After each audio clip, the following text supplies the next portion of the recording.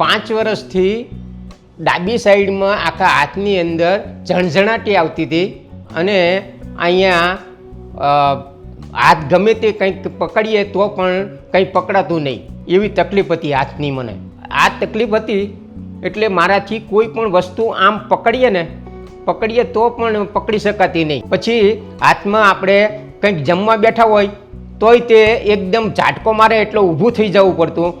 આ બધી તકલીફ પડતી હતી મને. પછી પાણી પીવું હોય એ હાથેથી તો એ હાથેથી પાણી પણ ના પી શકાય. તો બુશર્ટ પહેરવો હોય તો બુશર્ટ પહેરતી વખતે પણ અહીંયા તકલીફ થતી હતી મને.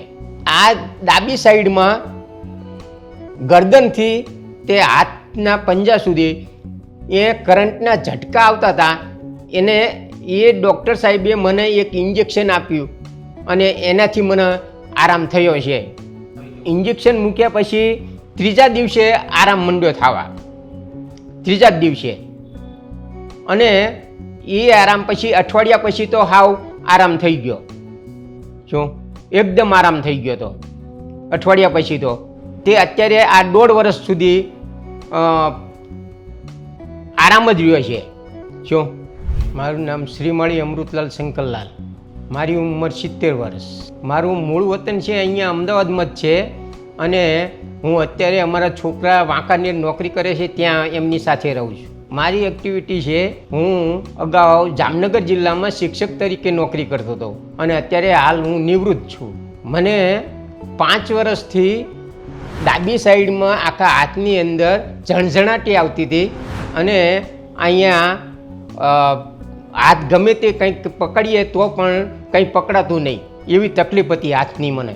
આ તકલીફ હતી એટલે મારાથી કોઈ પણ વસ્તુ આમ પકડીએ તો પણ પકડી શકાતી નહીં. હાથ ઊંચો કરવો હોય તો પણ હાથ ઊંચો નહોતો થતો. બુશર્ટ પહેરવો હોય તો પણ આ બુશર્ટ પણ પહેરી શકાતો નહોતો. એવી તકલીફ હતી કે સીધો ઝાટકો મારે, કંઈ પણ હલનચલન થાય હાથને તો તરત જ અહીંયા નસની અંદર ઝાટકા મારતા હતા. પછી બીજું કે જ્યારે આપણે સૂઈ જઈએ પથારીમાં અને જ્યારે પડખું ફરીએ ત્યારે એકદમ પથારીમાંથી ઊભા થઈ જવું પડતું અને ઊભા થઈને પછી આમ થોડી ઘણી કસરત કરીએ ત્યારે કંઈક સારું થતું. એ ઝાટકો છે ને અહીંથી ડાબી સાઈડમાંથી છેક આખા હાથની અંદર ઝાટકો મારતો હતો અને એકદમ આપણે વીજળીનો જેવો કરંટ લાગે ને એવી રીતે કરંટ આવતો હોય એવી રીતે ઝાટકા મારતું અંદર હાથની અંદર. એટલે અહીંયા કને 5 વર્ષ પહેલાં મેં છે રાજકોટની અંદર બતાવ્યું છે 2-3 જગ્યાએ. રાજકોટમાં સારી હોસ્પિટલોમાં બતાવ્યું પણ કંઈ ફેર ના પડ્યો. પછી વાંકાનેરની હોસ્પિટલમાં બતાવ્યું તો પણ એમાં ના કંઈ ફેર પડ્યો. અમદાવાદમાં પણ 2-3 જગ્યાએ ઘણી જગ્યાએ બતાવ્યું. મેં આયુર્વેદિક દવા લીધી છતાં પણ મને કાંઈ ફેર ના પડ્યો. પણ આ જે દવાનું આ જે ડૉક્ટરનું નામ ને એ આવ્યું એ ગુજરાત સમાચારની અંદર આવ્યું હતું. એક ભાઈને રાજકોટવાળાને આ દવા કરાવી હતી અહીંયા, એના આખું જડબાના ભાગમાં કરંટ આવતો હતો. શું એટલે એના છાપાની અંદર ગુજરાત સમાચારમાં મેં વાંચ્યું અને એ વાંચીને પછી મેં અહીંયા કને હું આવ્યો. આમાં તો જ્યારે શરૂઆતમાં અમે હોસ્પિટલમાં આવ્યા ને અને અહીંયા કને અમે જ્યારે ફોન કર્યો, હોસ્પિટલમાં ફોન કર્યો એટલે પહેલાં તો શરૂઆતમાં જે બેને ફોન ઉપાડ્યો એ બેનના જ અવાજ ઉપરથી જ મને એમ લાગ્યું કે ના સ્ટાફ સારો છે. શું બધું આપણને સમજાવ્યું એમને કે આટલા વાગે આવજો, અહીંયા આવજો અને સરનામાનું અમને કહ્યું. એટલે અહીંનો જે સ્ટાફ છે એ પહેલાં પ્રથમ તો બહુ સારામાં સારો સ્ટાફ છે કે હસીને જ તમને જવાબ આપે. શું અને જે ડૉક્ટર છે, ડૉક્ટરનો સ્વભાવ છે એ ડૉક્ટરના સ્વભાવથી તો તમારે ત્યાં જાઓ અંદર ત્યારે અડધું દરદ તો આપણું એમના સ્વભાવ ઉપરથી જ ઓછું થઈ જાય. જ્યારે સાહેબે તપાસ કરી મને પૂછ્યું કે છે દાદા કહે છે તમને કહે છે દવા આપું તો તમારે મહિનો દી નીકળી જશે, દુખાવો તો વધારે હતો જ. એટલે કહે છે જો ઇન્જેક્શન આપીએ તો તમને તરત રાહત થશે. એટલે મેં કીધું સાહેબ તો પછી એમ કરો તમે ઇન્જેક્શન જ આપી દો. તમે શું આપણે દવા તો પછી વાત, પણ પહેલાં જે ઝટ રાહત થાય ને એવું કરી દો. એટલે સાહેબ કહે છે ભલે કહે છે આજે આપવું હોય તો આજે, નહીં તો મેં કીધું આજે નહીં સાહેબ, હું કાલે અમારા ભાઈને એને લઈને આવીશ અને પછી આપણે ઇન્જેક્શન લઈ લઈએ. આ ડાબી સાઈડમાં ગરદનથી તે હાથના પંજા સુધી એ કરંટના ઝટકા આવતા હતા. એને એ ડૉક્ટર સાહેબે મને એક ઇન્જેક્શન આપ્યું અને એનાથી મને આરામ થયો છે. ઇન્જેક્શન મૂક્યા પછી ત્રીજા દિવસે આરામ મંડ્યો થવા, ત્રીજા જ દિવસે. અને એ આરામ પછી અઠવાડિયા પછી તો હાવ આરામ થઈ ગયો. શું એકદમ આરામ થઈ ગયો તો અઠવાડિયા પછી તો. તે અત્યારે આ 1.5 વર્ષ સુધી આરામ જ રહ્યો છે.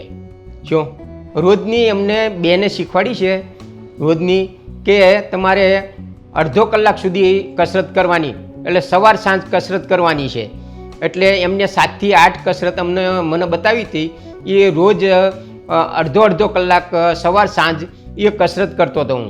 આ જ દિનમાં મને 1.5 વર્ષ થઈ ગયું છે ઇન્જેક્શન આપ્યા અને કોઈ જાતની મને તકલીફ છે નહીં. અને હવે પછી આરામ છે, એકદમ આરામ છે.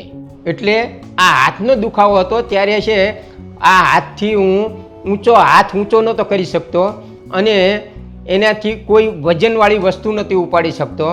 પછી હાથમાં આપણે કંઈક જમવા બેઠા હોય તોય તે એકદમ ઝાટકો મારે એટલે ઊભું થઈ જવું પડતું. આ બધી તકલીફ પડતી હતી મને. પછી પાણી પીવું હોય એ હાથેથી તો એ હાથેથી પાણી પણ ના પી શકાય. તો બુશર્ટ પહેરવો હોય તો બુશર્ટ પહેરતી વખતે પણ અહીંયા તકલીફ થતી હતી મને, એ જે હવે થતી નથી. છોકરાઓ, અમારા દીકરાની 2 દીકરીઓ છે. એક છે 8મા ધોરણમાં ભણે છે અને એક છે 2-3 વર્ષની છે. એ 3 વર્ષની છોકરીને અત્યારે હાથે તેડીને ફરું છું. મારા જેવી કોઈને તકલીફ હોય તો આ લીવેલ હોસ્પિટલ છે એની અંદર અચૂક તમે આવી જજો. એનાથી તમને દરેક જે કાંઈ તકલીફ હશે એ દૂર થાય છે. અને અહીંયા જે ડૉક્ટર છે એમનો સ્વભાવ પણ એવો છે કે તમારું અડધું દર્દ છે એ ઓછું થઈ જશે. અહીંયા હોસ્પિટલમાં જ્યારે અમે દાખલ થયા ત્યારે જ તે પહેલાં પ્રથમ તો દરેક સ્ટાફનો બહુ મસ્ત સ્વભાવ છે, એકદમ સ્વભાવ અને માયાળુ સ્વભાવ છે. દરેકનો માયાળુ સ્વભાવ છે. શું તરત એ લોકો આપણે આવીએ એટલે દાદા દાદા જ કરે છે. શું એટલે એ આખો સ્ટાફ બહુ વ્યવસ્થિત અને સારી રીતે, અને દરેક વસ્તુ આપણને જે અમુક જગ્યાએ આપણે જઈએ તો 2 વાર પૂછીએ ત્યાં 1 વાર જવાબ આપે. અને અહીંયા કને તો સામેથી આપણને જવાબ આપી દે કે દાદા આનું આમ કરવાનું, આનું આ કરવાનું છે, આ રીતે દવા લેવાની છે. આપણને સામેથી બધું સમજાવે છે.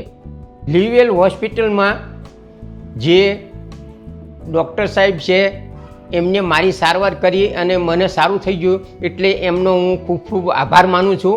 અને મારા વતીથી જે સ્ટાફ છે એ સ્ટાફનો પણ સાથ સહકાર સારામાં સારો મળ્યો, એટલે એનો પણ હું આભાર માનું છું.